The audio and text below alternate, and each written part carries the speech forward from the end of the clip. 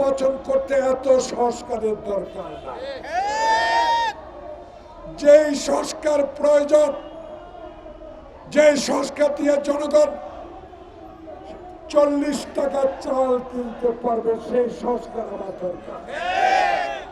এমন সংস্কার দরকার। হাসিনার আমলে সিন্ডিকেট করেছে, আপনার আমলেও এখন সিন্ডিকেট করবে। প্রিয় বন্ধুগণ, একটা উদাহরণ দিই। উমরা যাবেন, মার্চ মাসে রোজা আরম্ভ হবে, আল্লাহ রসুলের বিশ্বাসী মুসলমানেরা হজে যাবে। আমি গতকালকে একটি অনুষ্ঠানে শুনতে পেয়েছি 40,000 টিকিট জেদ্দায় যেতে, সেই টিকিট 90,000 টাকা বিক্রি হচ্ছে।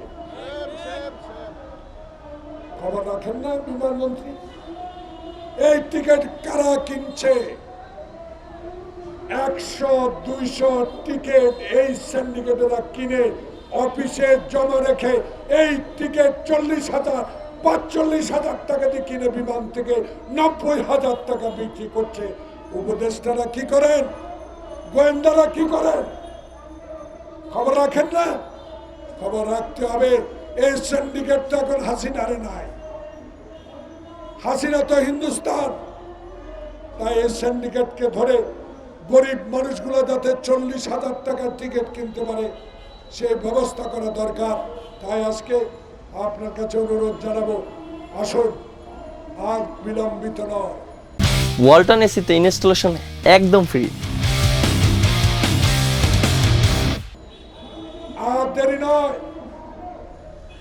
শহীদ খোকনের রক্ত, মুগ্ধের রক্তের বিনিময়ে অর্জিত এই দ্বিতীয় স্বাধীনতার সম্মান আপনাকে অক্ষুণ্ণ রাখতে হলে অনতিবিলম্বে নির্বাচনের তারিখ আপনাকে ঘোষণা করতে হবে। সংস্কার চলবে, নির্বাচনের দিন তারিখও চলবে, নির্বাচনের প্রস্তুতিও চলবে। অনেক কথাই শুনি, সেই কথাগুলোর উত্তর সময় মতো দেওয়া হবে। সময় খুব কাছে। যেই নেতা তারেক রহমান 16 বছরে দেশের বাইরে থেকে বাংলাদেশ জাতীয়তাবাদী শক্তিকে এমন পর্যায়ে নিয়ে এসেছে, সেই নেতার নির্দেশে বাংলাদেশে শতকরা 70 জন মানুষ এখন জাতীয়তাবাদী শক্তি তারেক রহমানের পক্ষে কথা বলে।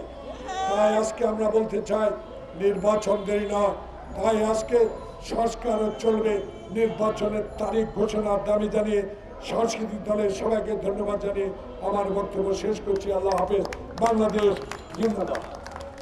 বাংলাদেশ জিন্দাবাদ। আমার